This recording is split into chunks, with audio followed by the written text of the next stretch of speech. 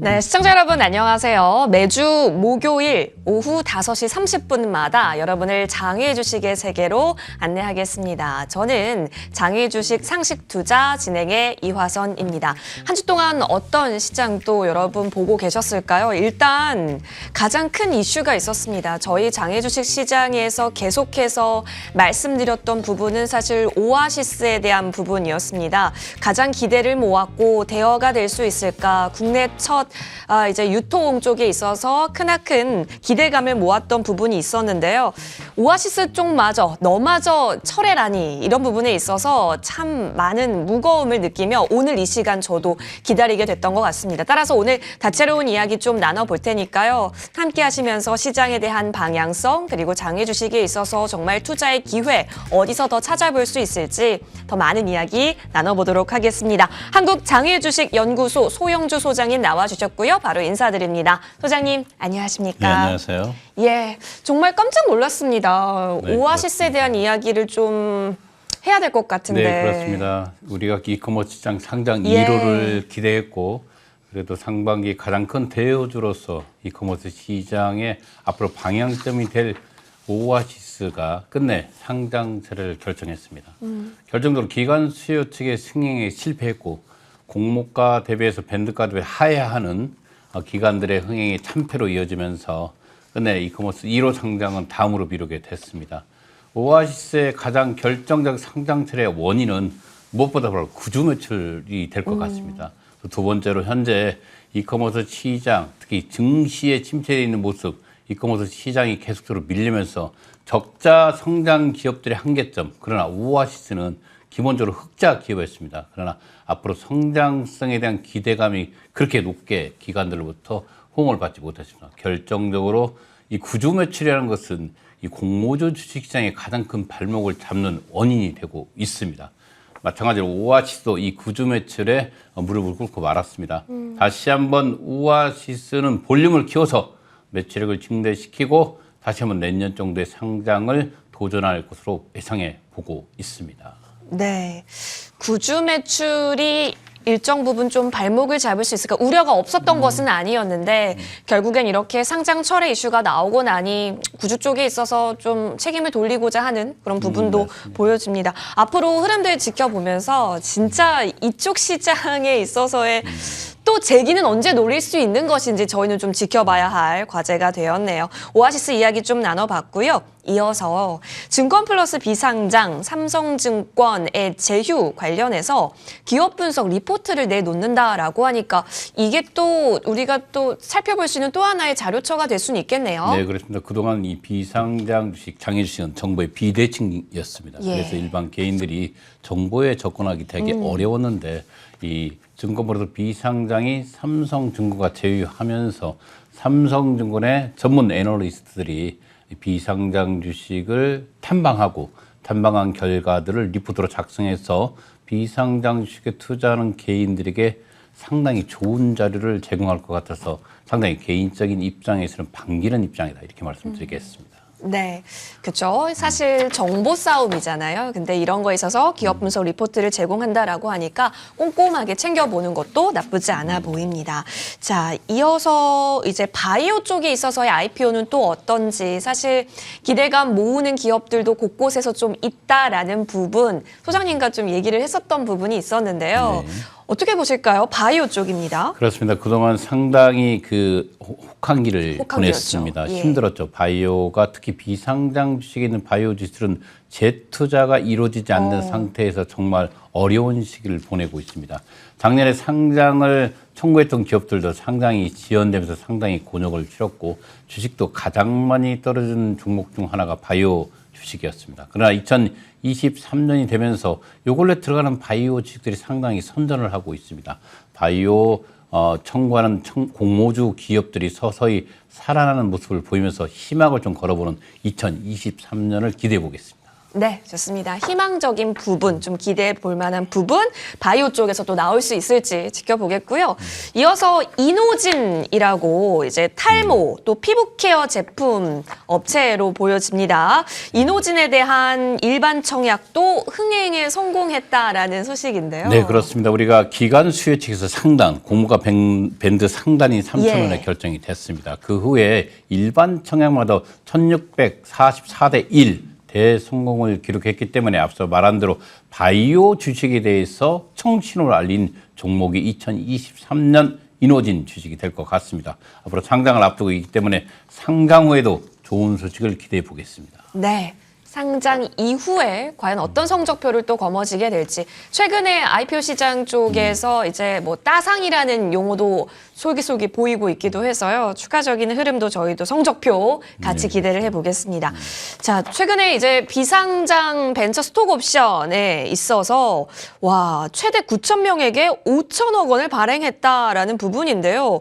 소장님, 스톡옵션은 1998년도에 도입된 제도입니다. 예. 가장 크게 2022년도에 이게 보면 9천 명이 5천억 정도 발행했다는 것은 이 뜻은 스톡옵션이라는 것은 우수한 인재를 확보하기 위해서 스타트업이 갖고 있는 네. 최대의 무기입니다. 무기이면서 동기부여의 효과다. 그쵸. 이렇게 보면서 예. 이 스톡옵션을 받은 사람들, 이 사람들 바로 유능한 앞서 말한 대로 우수한 인재들이 이 벤처기업에 들어와서 어려운 환경에서도 앞으로 미래의 성장성에 기대를 걸었기 때문에 이 정도의 스톡옵션은 지급돼도 된다. 이렇게 말씀드리겠습니다. 네. 또 우수 인재들에게 있어서 동기부여책이자 거의 보상의 꽃입니다. 관련해서 스톡 옵션 9천 명이고 5천억이 또 발행이 됐다라고 하니까 또 좋은 기업들 많이 발굴이 되는 데 있어서 힘이 되기를 응원해 봅니다. 이어서 장외 주식 시장에 이제 수급을 좀 보건데 개인이 유입이 된다라는 소식은 좀 긍정적입니다, 네, 소장님. 그렇습니다. 우리가 금리가 어느 정도 안정이 되면서 예. 그동안 은행에 가 있던 자금들이 서서히 주식 투자로 들어오고 있고 네. 그중에 일부 자금들이 이 장외 주식 시장에 유입되고 있습니다. 이 장외 주식이 유입되면서 특히 장외 주식에 그동안 4분의 1 토막난 대형주 중심으로서 매수세가 급격히 살아나는 모습을 보이고 있기 때문에 2023년도 바이 장인추라고 말씀드렸습니다. 좋은 종목들이 좋은 가격에 있기 때문에 여러분들 조금만 공부한다면 찬스의 시간 속에 살고 있다. 이렇게 알면 될 것 같습니다. 오, 기회 시장에 살고 있다면 그 기회를 나만 모르면 안 되지 않겠습니까? 꼭 그 기회 잘 발굴하시길 바라면서 지금부터는 어느 기업이 그럼 지금 기회를 안고 있을까 시세를 통해서 또 찾아보면 좋을 것 같다는 생각이 드는데요. 소장님, 하나하나씩 좀 살펴볼까요? 네, 그러면 첫 번째 LG CNS 종목이 3년 연속 계속 흑자와 성장세를 기록했습니다. 특히 3년 전에 비교했을 때 영업이익은 거의 100% 증가한 모습을 보이고 있습니다. LG CNS가 갖는 것은 국내 SI 업체 2위입니다. 현재 상장된 삼성 SDS를 뒤를 이어서 상장할 가능성이 가장 높은 기업입니다. 그러나 주가 형태로 봤을 때 현재 LG CNS와 삼성 SDS를 비교했을 때 시가총액 부분에서는 거의 한 2조 정도만 바라볼 건데 현재 장외 주식은 6조 가까이 형성되기 때문에 상당히 고평가 논란에 휩싸인 게 사실입니다. 특히 LG CNS 같은 경우는 지금 현재 삼성 SDS가 이서연 씨의 기본적으로 양도세 부분을 내기 위해서 기본적으로 상속세 부분을 내기 위해서 계속 매각하면서 상당히 주가가 떨어져 있는 상태입니다. 이런 상태에서 비교균인 SI 업체 중에서 특히 SDS 비교하고 있는 SDS가 가격이 안 좋기 때문에 아마 LG CNS가 상장을 머뭇거리고 있지 않나 이렇게 보고 있고 무엇보다도 앞서 말한 공모주 주식의 가장 큰 단점이 바로 구주 매출입니다. 맥커리가 갖고 있는 거의 30%가 넘는 지분이 이 구주 매출로 또 이루어질 수 있기 때문에 이런 것들도 상장을 바로 가지 못하는 LG CNS의 고민이다 이렇게 볼 것 같고요. 당분 LG CNS는 개인적으로 보수적 관점으로 접근할 필요가 있고 현재 가격도 개인적으로 좀 높다 이렇게 말씀드리겠습니다. 오늘 가상자산 시장 3천만 원을 돌파했습니다. 네. 오늘 3,100만 원까지 가고 있고 가장 큰 수혜주는 전 개인적으로 상장된 데서는 우리 기술 투자가 되겠고 예. 이 비상장 주식에서는 뭐니 해도 이 두나무와 빗썸 코리아 이 두 개의 종목을 보고 있습니다. 3,100만 원을 돌파한 이 두나무의 주가는 전년 대비해서 거의 4분의 1토막 수준에 머물러 있습니다. 작년에 가장 높은 가격이 70만 원까지 갔던 주식이기 때문에 현재 이 12만 원이면 정말 낮은 값입니다. 요즘 가장 핫한 기업이죠. 하이브가 55만 원에 이 주식을 편입을 했습니다. 그러면 지금 현재 비상장 주식에 있는 두나무 주식을 12만 원에 개인들이 산다면 그들보다 더 높은 경쟁력으로서 시장을 바라볼 수 있기 때문에 저는 개인적으로 두나무와 빗성코리아 상당히 추천드리고 있습니다. 특히 현재 가상자산 시장이 살아난다는 것은 한번 혹한기를 걷고 다시 바닥이 탄탄한 상태에서 올라가기 때문에 저는 빗성코리아라는 두나무, 어떻게 보면 거래소 시장의 완투를 달리고 있는 이 두 기업이 비상장 주식의 대장주로서 성장할 가능성이 있기 때문에 눈여겨보시기 바라겠습니다. EVR 스튜디오가 6,500원까지 내려와 있습니다. 기본적으로 메타버스 관련주들이 미국에서 지금 현재 가장 큰 호황을 걷고 있는데 역시 비상장 주식이다 보니까 정부의 비대칭에서 ETS를 잘 모르고 있습니다. 그러나 EVR 스튜디오는 작년 7월달, 8월달에 제일기획과 LG가 주당 15,000원에 투자한 기업입니다. 이런 기업들은 상당히 저평가되기 때문에 가감하게 투자도 된다. 이렇게 개인적인 의견을 말씀드리고요. 비바 리퍼블리카 드디어 5만 원 선에 근접했습니다. 한때 4만 원까지 밀렸던 이 종목이 이 비바 리퍼블리카 다시 5만 원에 왔다는 것은 앞서 말한 대로 개인들의 자금들이 유입되면서 가장 크게 접근하는 분이 바로 대형주입니다. 이 대형주 중에서도 가장 많이 납폭이 컸던 2022년도에 가장 납폭이 컸던 비바 리퍼블리카 종목에 가장 많이 유입되고 있는 게 사실입니다. 드디어 5만 원을 탈환했다는 말씀을 드리고요. 야놀자도 46,000원, 거의 5만 원 선에 근접하고 있습니다. 앞서 말한 대로 야놀자도 현재 상태로 본다면 전년 대비해서 4분의 1 토막 난 종목입니다. 이 야놀자는 레저와 티켓, 이것을 원스톱, 한 사이트에서 모든 걸 이루고 있다는 거 아니겠습니까? 그래서 점점 코로나 시대가 풀리고 여행이 증가한다면 야놀자 주식은 다시 10만 원까지 갈 수 있고 또 상장의 소리까지 나온다면 야놀자 주식이 현재 가격이 상당히 저평가돼 있다. 이렇게 말씀드리겠습니다. K뱅크 다시 10,000원대에 왔는데 이 K뱅크의 상장은 아마 올해는 지나서 2024년도에 가능할 것 같습니다. 현재 인터넷 뱅킹 관련주들이 어느 정도 살아나는 모습을 보이면서 이 K뱅크 좀 편입해도 될 것 같다. 이렇게 말씀드리고요. 그 다음을 위해서 현대 오일뱅크입니다. 매년 상장의 이야기 나오고 있는 종목인데 아마 올해도 시장의 상황이 좋아진다면 언제든지 노릴 수 있지만 올해보다는 2024년을 바라보고 있고 이 39,000원 가격은 상당히 매력적입니다. 이게 한때 7만 원 가했던 종목이기 때문에 현대 오일뱅크 실적은 나쁘지 않습니다. 상당히 좋기 때문에 39,000원이면 매력적이다 이렇게 말씀드리고요. 한국증권금융은 배당주입니다. 이 배당주로서 9,250원, 거의 10,000원에서 9,000원 사이 또는 높게는 11,000원까지 형성되는데 이런 종목들은 장기적 저축 상품으로서 배당주를 노린다면 한 번쯤 생각해볼 종목이다. 이렇게 말씀드리고요. 이 컬리가 24,000원 다행입니다. 그래도 바닥을 다지는 모습을 보이고 있습니다. 마켓컬리가 상장을 철회하면서 2만 원 밑으로 갔던 날이 있었습니다. 그러나 다시 2만 원 선을 회복하고 24,000원 선을 자리 지키고 있고 마켓컬리의 가장 큰 승부수는 바로 뷰티 산업입니다. 이 뷰티 산업이 마켓컬리 시장을 얼마만큼 키울지는 모르겠습니다. 그러나 현재 식품 배달에서 새로운 파이프라인인 이 뷰티 산업이 이 앞으로의 이 이커머스 시장의 대장주인 마켓컬리가 재상장을 도전하는데 가장 큰 영향을 미칠 거라 이렇게 보고 있습니다. 그 뒤를 위해서 오아시스 19% 거의 20% 가까이 폭락을 했습니다. 이렇습니다. 비상장 주식은 상장이 생명입니다. 이 상장이 되지 않으면 바로 직격탄을 맞습니다. 상장 철회 소식과 함께 20% 가까이 폭락을 하면서 2만 원을 내주고 19,000원, 17,000원까지 내려가는 모습을 보였습니다. 한 주간에 가장 큰 낙폭을 보인 종목이 바로 이 오아시스입니다. 예. SK에코프렌트 변동 없었고요. 큐라티스 8,100원 정말 서서히 올라오고 있습니다. 5,000원까지 밀렸던 종목이 이 상장의 로드맵을 발표하면서 8,100원까지 왔는데 이 큐라티스는 기본적으로 우리 사주가 12,500원에 들어갔습니다. 직원들이. 그래서 지금 8,100원도 상당히 저평가되어 있는 가격이다. 이렇게 말씀드리면서 한 주간의 시세를 마치겠습니다. 네. 또 기회를 안고 있는 기업들 시세도 좀 보였고요. 또 가상자산에 있어서 다시 한번 또 뉴스가 되면서 오늘 또 큰 폭의 움직임이 그려지는 부분들도 없지 않아 있었습니다. 자, 이렇게 시세가 보여지니까요. 소장님 이전에는 매수도 매도도 없어서 거래가 마른 시장이었습니다라고 했던 게 진짜 몇 개월 전인데 네, 다시 한번 좀 그렇습니다. 꿈틀거립니다. 네, 그렇습니다. 앞서 말한 대로 금리가 안정되면 예. 당연히 돈들은 주식으로 몰리고 이 주식장에 있는 돈들은 반드시 공모주 시장에 몰리고 공모주에 간 돈들은 다시 장외 주식에 모이는 현상을 보이고 있다. 그러면서 시장은 살아나는 모습을 뚜렷하게 보이고 있다. 이렇게 말씀드리겠습니다. 네, 이제 시그널은 조금씩 보여주고 있고 개인도 유입이 되고 있다라는 점, 특히 대형주 중심으로 지금 기지개를 켜고 있다라는 점 좋게 평가해 보면서요. 그렇다면 지금부터 더 공부해서 우리도 정말 최적의 투자 판단을 내리는 것이 참으로 중요해 보입니다. 그러기 위해서 준비했고요. Q&A 시간으로 함께 이동해 보시죠.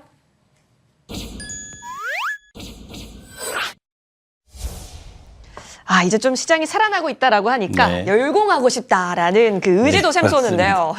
그래서 Q&A 시간 준비했습니다. 여러분 장외 주식 관련해서 궁금하다, 모르겠다 있으시면요.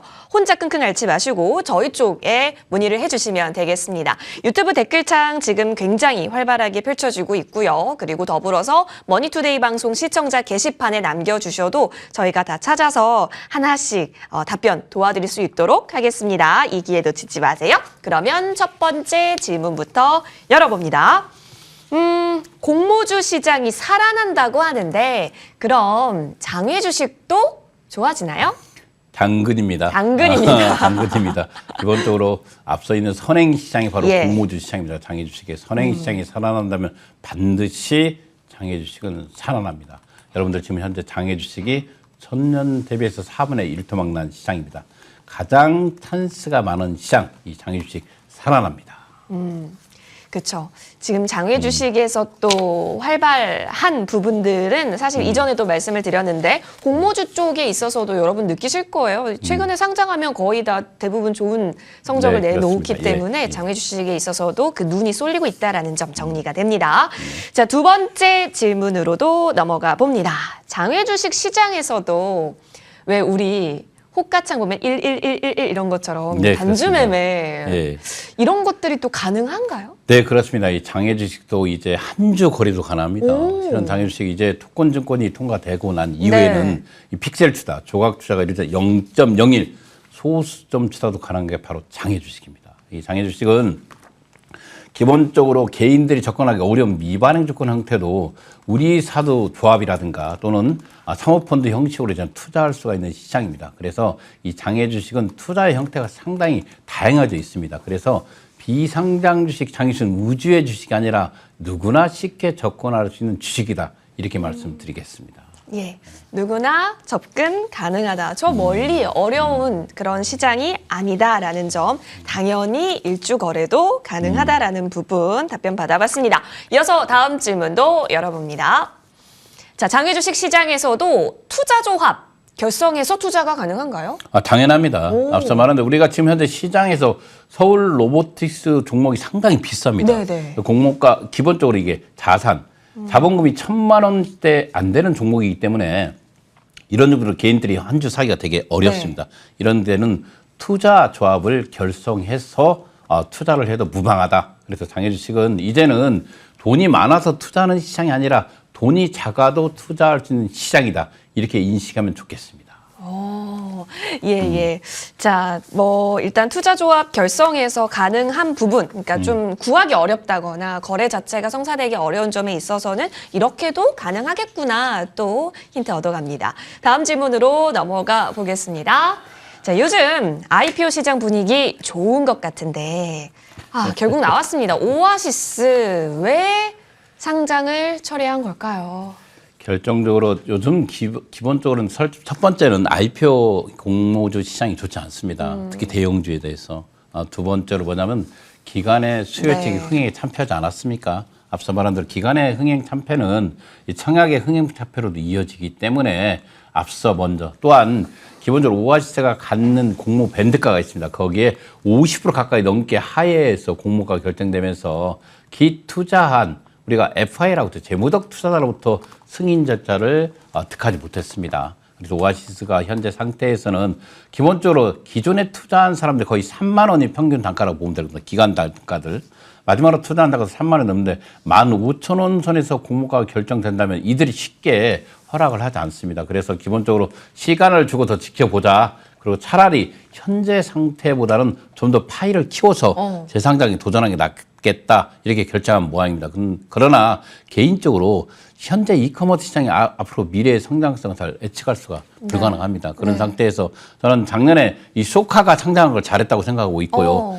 기본적으로 현대 엔지니어라든가 여타 종목들 상장을 철한 데는 좀 더 고민할 필요가 있었다.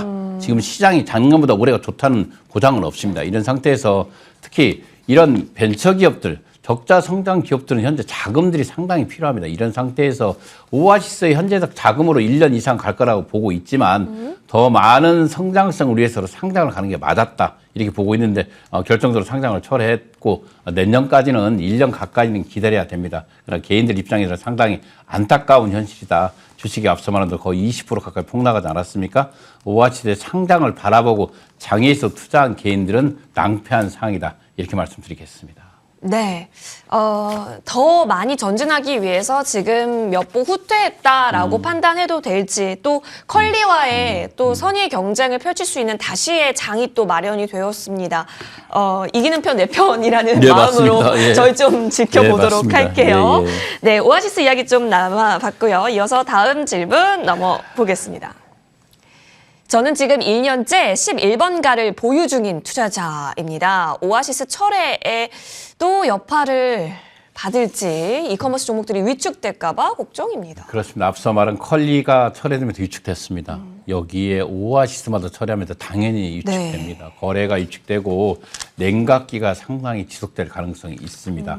11번가도 작년까지 상장을 계속 준비했던 종목이지만 현재 시장의 형태가 상당히 투자 심리, 특히 공모주에 있는 이커머스 시장의 투자 심리가 악화된 상태에서는 올해보다는 2024년을 노리고 있는 것 같습니다. 그래서 지금 오아시스의 상장 철회는 전반적인 이커머스 비상장 주식들에게 악영향을 미친 건 사실이다. 이렇게 말씀드리겠습니다. 네. 이커머스 쪽에 있어서는 또 이쪽을 깜짝 놀라게 할 만한 모멘텀을 좀 기다리면서 바닥을 다지는 구간이 필요해 보입니다. 관련해서 또 소식 들려오면 저희도 깊게 다뤄보도록 하겠고요. 이어서 다음 질문 넘어갑니다. 장외 주식 시장에도 로봇 관련 기업이 있나요? 있다면 어떤 기업 주목하고 계시는지 지금 현재 궁금하다. 크게 눈에 띄는 기업은 없지만 2022년도에 노봇 관련주가 따상을 기록한 종목이 있습니다. 노보틱스 같은 종목들은 따상을 기록했고 실은 노봇 관리는 좀 포괄적 개념인데 어떻게 보면 자율주행이라든가 모빌리언스 쪽으로 간다면 저는 개인적으로 서울 로보틱스가 그래도 가장 관심 있는 시장 중 하나라고 보고 있습니다. 매번 말씀드린 주식이지만 기본적으로 시장의 형태는 늘 따라갑니다. 그래서 저는 현재 메타버스 관련주라든가 또는 기본적으로 모빌리언스 관련주를 좀 2023년에 볼 필요가 있다 이렇게 말씀드리고요. 로봇 관련주 또한 시장을 주도하고 있지만 지금 로봇보다는 AI 관련주들 이런 이 세 종목 AI라든가 모빌리언스라는 이런 종목들로 가는 것이 훨씬 좋다 이렇게 말씀드리겠습니다. 예. 자, 로봇 관련해서는 워낙 또 지금 시장의 화두인지라 장외 주식 쪽에서도 분명히 찾아보면 무궁무진합니다. 관련해서도 투자 지혜 이어가 보시면 좋을 것 같고요. 이 밖에도 나도 장외 주식 관련해서 궁금한 게 있다라고 하시면 저희 머니투데이 방송 시청자 게시판 또는 유튜브 댓글 통해서 질문 남겨주시면 이 시간 통해서 여러분 궁금증 해결 도와드리도록 하겠습니다. 자, 그러면 잠시 저희는 정리하고요. 장외 주식을 거래하기 위해서는 플랫폼을 제대로 이해하는 것이 중요합니다. 이 부분 강의 들고 돌아오겠습니다.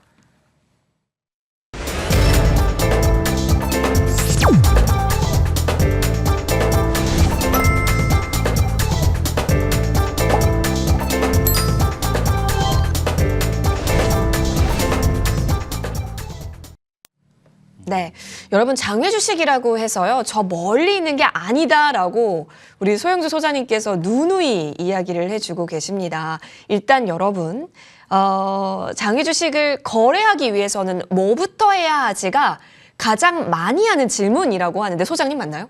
네, 그렇습니다. 그쵸? 장애 주식을 하기 위해서는 제일 먼저 어디서 사냐 네, 아니겠습니까? 어디서 사냐. 장애 주식은 우리 말한 대로 이 제도화 있는 시장이 아니다 보니까 예. 시장의 재래시장 같은 곳이에요. 우리가 시장에 가면 똑같은 그 배추를 입구에서는 1,000원에 팔고 중간에 가다 어떤 할머니는 그 1,000원짜리 900원에 파는 사람도 있습니다. 그럼 900원에서 네, 사야겠네요. 900원에 사야 돼요. 네. 그러나 좀 더 돌아다니면 800원짜리도 있습니다. 그럼 거기서 사야겠네요. 그렇죠. 그래서 여러 곳을 탐방해서 사는 재래시장처럼 이 장애주식은 골라서 사는 맛이 있습니다. 왜? 가격이 특정되지 못하기 때문에 네. 이런 현상이 발생됩니다. 그래서 현재 장애주식 거래 플랫폼들은 우리가 기본적으로 규제 샌드박스 안에 있는 중고거래소 비상장하고 서울거래소 비상장은 그걸 규제를 받으면서 오픈되어 있습니다. 이 두 개의 회사들은 우리가 알고 있는 중고거래소 비상장은 두나무는 삼성증권에 가 있고 우리가 서울거래소 비상장은 신한금융투자에 가 있습니다. 그러나 이런 것들 안에도 거래가 안 되는 종목이 되게 많습니다. 이럴 때는 바로 우리가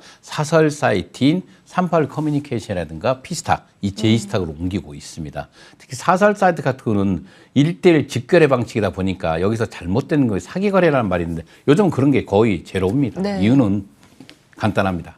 주식을 먼저 받고 돈을 주기 때문에 네. 어떻게 보면 가장 많은 주주 동회가 설정돼 있고 가격을 흥정할 수 있는 곳이기 때문에 아직도 시장의 70% 가까이는 이 사설 사이트에서 거래되고 있습니다. 그 뜻은 충분히 흥정할 수 있는 시간과 또 기다릴 수 있는 시간이 같이 혼재되어 있는 사설 사이트가 현재 제도권에 있는 KOTC라든가 또는 어떻게 비제도권이지만 증권사 위탁되어 있는 중고거래소 비상장이나 서울거래소 비상장보다 훨씬 재미있게 주식을 구입할 수 있고 좀 더 합리적인 가격으로 주식을 구입할 수 있다고 개인들이 생각하고 있는 것 같습니다. 그래서 개인적으로 38 커뮤니케이션 갖고 있는 가장 큰 장점은 바로 주주동회, 가장 많은 인포메이션, 정보를 갖고 있는 곳이다. 그래서 그 안에서 여러 가지 정보들을 캐치하면서 가격을 충분히 흥정할 수 있고 이 피스탁은 기업 간의 데이터가 가장 많은 곳입니다. 어떤 피스탁은 국내 어떻게 보면 거래 품목의 1호입니다. 가장 먼저 생긴 게 바로 피스탁 아니겠습니까? 이 피스탁이 갖고 있는 기업 분석 능력, 기업 정보 능력도 상당히 좋기 때문에 그런 것도 활용할 필요가 있고요.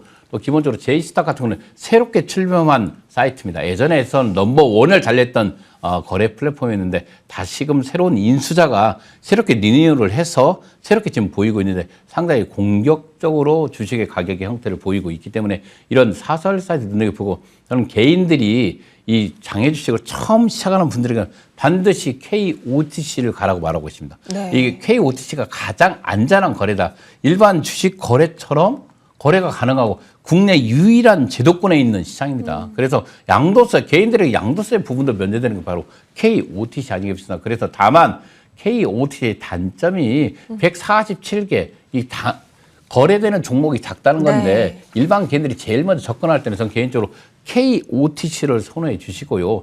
KOTC에서 좀 더 스킬을 익힌 후에 이 사설사인 38 커뮤니케이션 또는 피스타, 제이스까지 노려보시고 또한 이 삼성증권과 신한금융투자가 있는 분들에게는 전 개인적으로 중고로 비상장도 상당히 앞서 말한 대로 기업간 리포트도 만들고 좋은 거래 플랫폼입니다. 또한 서울거래소 비상장은 토권주권이 상당히 강하게 나오고 있는 것 같습니다. 그래서 앞으로 토권주권이 활성화 된다면 서울거래소 비상장도 그 역할을 충분히 할 수 있는 곳이기 때문에 이 두 어떻게 보면 이 샌드 규제 안에 있는 박스 안에 규제 안에 있는 이 두 개의 회사 서울거래소 비상장, 중고거래소 비상장도 활용하면서 가격을 체크해 나갔을 때 여러분들 가장 여러분들이 원하는 가격에 주식을 구입할 수 있다. 이렇게 말씀드리겠습니다. 네.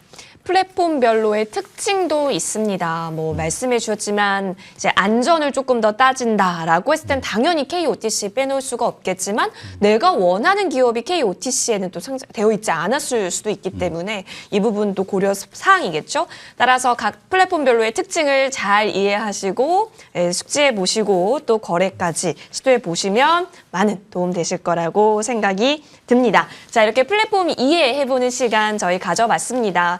다음 주에는 또 어떤 소식들이 장외 주식 시장에서 또 나오게 될지 저희가 또 든든히 발빠르게 전달해 드리겠습니다. 오늘 저희가 준비한 소식 여기까지고요. 다음 주에 장외 주식 더 다채로운 소식 들고 찾아뵙겠습니다. 시청해 주신 여러분 고맙습니다.